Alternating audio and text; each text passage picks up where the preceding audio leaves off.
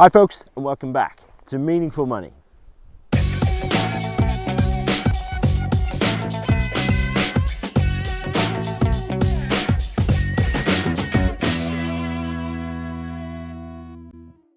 Okay, I'm still here on my field, just outside St Buryan, continuing our series on long-term care. Last time we dealt with the provision of care. Who does that? Who's responsible for what, when and how does it happen? And this time we're going to talk about the assessment process for social care. So the medical bit, remember, is dealt with by the NHS, but the social part is dealt with by the local authority.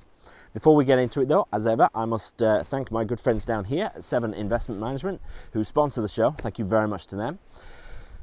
When you are assessed by the local authority, there are three possible outcomes. The first one is that they can assess you and determine that there is no assistance required. Okay, so that's the end of that, at least for the time being. Or they can deem that you need full-time residential care, or that you can be offered care in the home, so-called domiciliary care.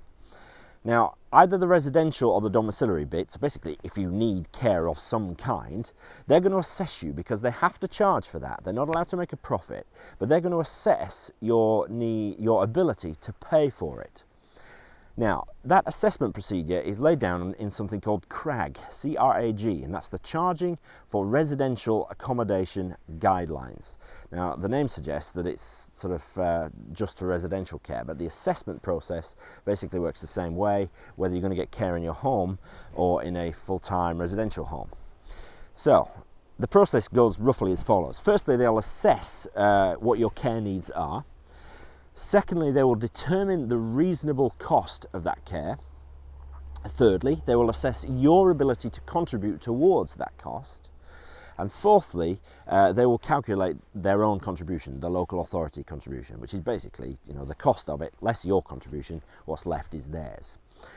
Important just to sort of clarify that the person being assessed is the person going into care. Now that should be obvious, but it does not include that person's spouse or their family, like their children or whatever. It's a question I get asked reasonably often, actually.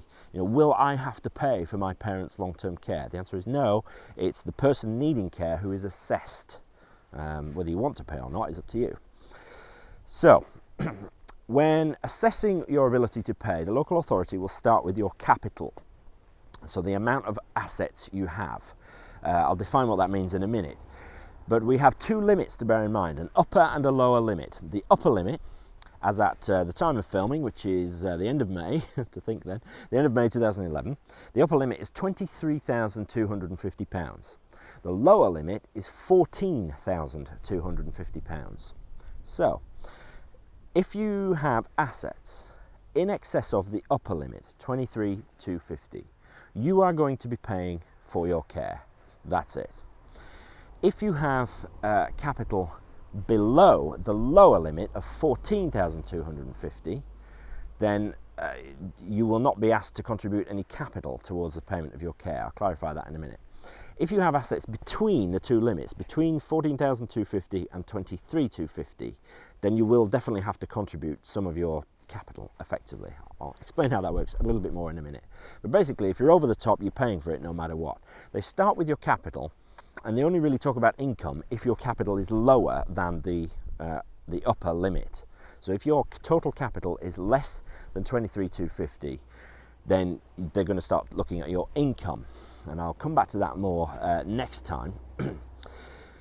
But what is capital? Well, actually, let's press, it's everything you own, less a couple of important things. So let's look at they're called capital disregards. These are things which your capital isn't. Perhaps I'll just drop a graphic in here, so I'll sort of scooch over a little bit. The first thing to bear in mind is your main dwelling, okay, is disregarded in certain circumstances. So your main dwelling, the place where you live, is disregarded for the first 12 weeks that you need care. That's the sort of, just get you used to it really, get used to the idea, get you into care and get settled and things like that. It is disregarded if the care is likely to be temporary, and the local authority will assess that and judge that. Your house is disregarded if your spouse or your partner is still living there, so that's an important one. and your main dwelling is disregarded if you have another relative over age 60, or a relative who is incapacitated for whatever reason, or a dependent minor under 16 years old. In all those cases, the value of your property is disregarded for the sort of capital assessment process. A couple of other things which are disregarded. Important one is the surrender proceeds of any life assurance policies you've got. So if you've got any endowments or investment bonds, then those are not included. Important one, that my great uncle was a situation where all he had was is a little bit of money in the bank and an investment bond. Well, technically that's a policy of insurance, so that had to be disregarded by the local authority. Important little wrinkle that, but anyway, I won't dwell on it too much. Perhaps I'll come back to it another time. The final thing which is disregarded is personal possessions, so just your stuff. Right? Okay, unless that is, you've spent the 100 grand that you had in your bank account on a Rolls Royce or a Ferrari or something, well then they'd probably include it. Okay? If you've obviously spent money on things, then to avoid paying care fees, then they will take them into account. So those are the things which are disregarded. So that's the things which capital isn't. But other than that, whatever you have is lumped into this assessment, and if that sort of sum of money is higher than 23,250, you're going to be paying your own costs in full. And that means probably that you will erode your capital. Depends what your income is. So I'll come back to that next time, because next time I'm going to look at something called tariff income, which is how your income is taken into account when being assessed for paying for care, and how your capital is sort of turned into income by the local authority in that assessment. It's easier than it sounds, honest. And also something called deliberate deprivation of assets and what you can and can't do. So that's next time. So thanks for watching this time. I think I might scooch down the road a little bit and do the next one. So thanks for watching, and I'll see you next time.